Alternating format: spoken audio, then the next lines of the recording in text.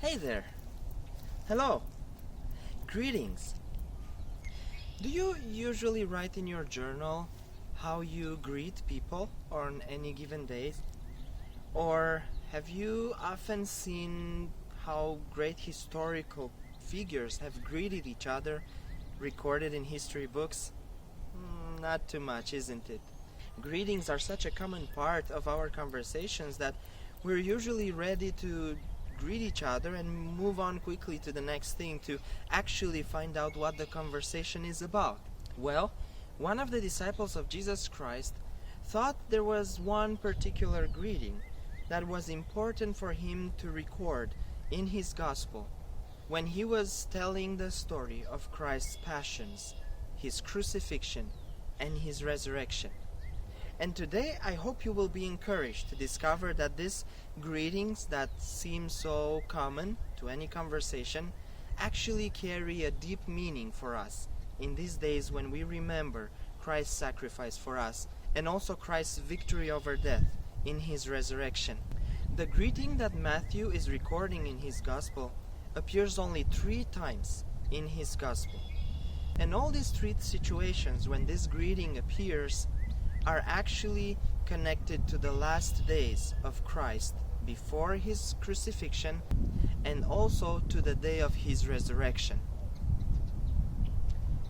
Here's the first time Matthew records this greeting. In Matthew chapter 26 verse 49 we read, "Going at once to Jesus, Judas said, 'Greetings, Rabbi,' or teacher, and he kissed him." It is this dark, sad scene when Judah, together with men sent by the high priest, come into the Garden of Gethsemane and catch Jesus. Judah, one of the disciples of Christ, has just betrayed Christ, has just sold Christ for 30 pieces of silver. And now he comes into the Garden of Gethsemane and he gives the people with him a sign. He says, "The man that I will kiss on the cheek is the man that you should take as prisoner." And that's what he does. But before he does it, he greets his teacher and just says, "Greetings, teacher." Jesus is held captive and now goes through a ridiculous trial that was illegal even according to the Jewish law. And after he is quickly sentenced to death by both the Jews and Pilate, he is beaten, he is spit on, he is ridiculed.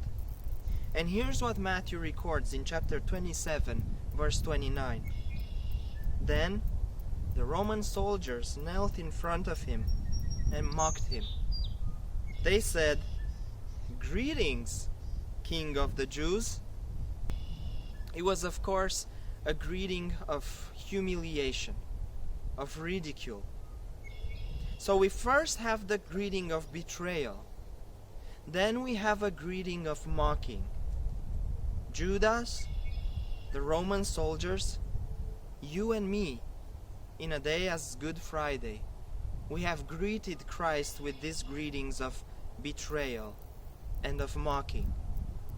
The greeting of sin, the greeting of the hour of darkness was, "Greeting, teacher. Greeting, King of the Jews." Maybe without realizing, both Judah and the Roman soldiers were actually expressing deep truths.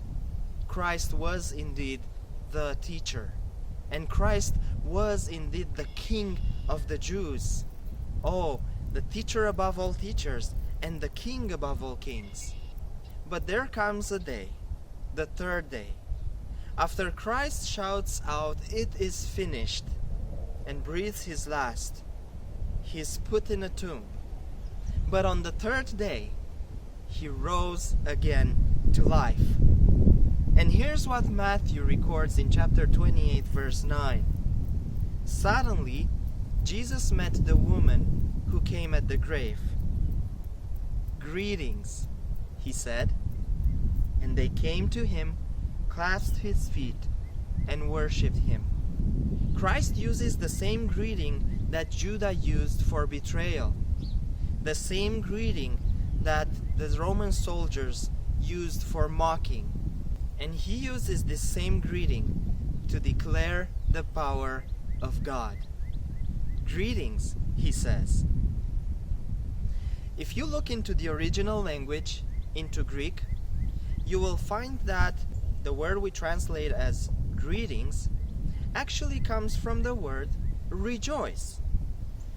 This greeting actually can be replaced to a certain extent with just saying rejoice. Do you find the deep darkness and the deep sadness in Judah's greeting to Christ? Rejoice, teacher, as he is giving him away to be taken captive by the man of the high priest. Can you grasp the deep mockery of sin and Satan when the soldiers were beating and spitting on Christ, saying, "Rejoice, King of the Jews"?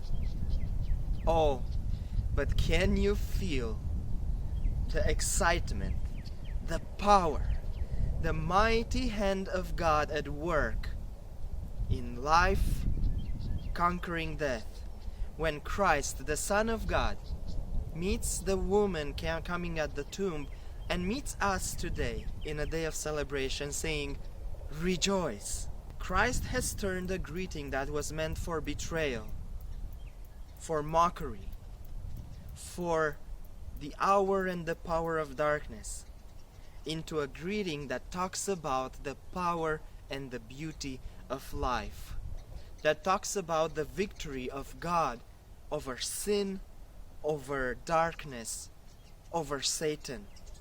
Christ meets us today as well, and he says, "Greetings, rejoice."